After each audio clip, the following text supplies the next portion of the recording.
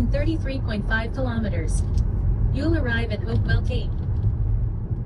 This drive surprised us, and we did not expect that. Less than 40 kilometers along Route 114, maybe 40 minutes if you don't stop. And somehow, it turned into one of the most interesting stretches of the entire trip. We just left Riverview, where we watched the Tidal Bore roll in.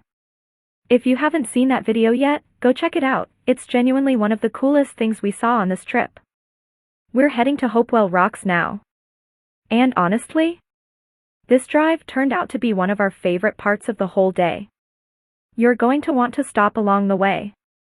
Halfway there, you'll hit a little village called Hillsborough. Don't blink or you'll miss it, but it's got something cool. There's a railway museum here with the last steam engine from this old rail line. We didn't have time to stop on the way out, but we're planning to swing by on the way back. Worth keeping in mind if you're doing this drive yourself. Now here's the part we really want to talk about, and as we keep driving, keep an eye on what's outside the window, because you're going to start noticing it too. We're from the Greater Toronto area, and if you are too, and you've ever driven up past Markham into Stopover, or out toward Caledon, you probably think you've seen rural already.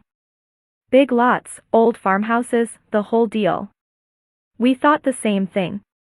But watch this drive for a few minutes, and something starts to feel different. We couldn't quite put our finger on it at first either. Here's what we figured out. Even out past Caledon, you can feel something coming. A new subdivision a few minutes down the road. A Tim Hortons going up at the intersection. The countryside's there, but it feels temporary, like it's just waiting to become something else. Route 114 doesn't feel like that at all. As this stretch rolls by, nothing here feels like it's waiting for anything. People are just living. The way they probably have been for generations. And keep an eye on the houses themselves, genuinely different. A lot of these places are over 100 years old, steep roofs, big covered porches, that classic maritime farmhouse look.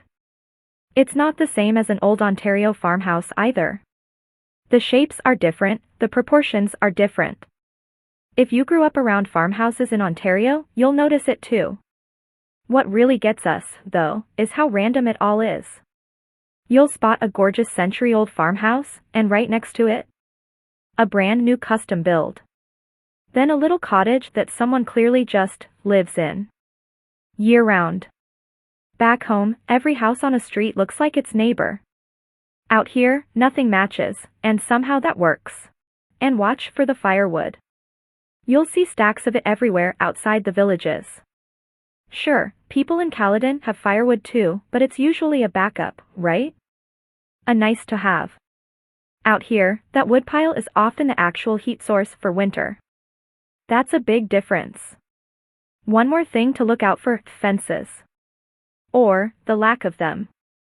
Back home, every backyard has a fence, even when there's nothing to fence in. Out here, half these properties don't have one at all. When your nearest neighbor is a literal field away, why bother? Put it all together and you'll start to get this feeling that's hard to describe. Everything just feels more spread out. Quieter. More settled, somehow. A house that would be a country estate, back in Toronto? Out here, it's just somebody's regular house. And nobody's in a rush for that to change. As we get closer to Hopewell Cape, even the houses start to disappear. It's just trees, fields, and that big Fundy sky taking over. And that's where we're headed next. We'll show you exactly what we found there in the next video. For now, let's just enjoy this drive.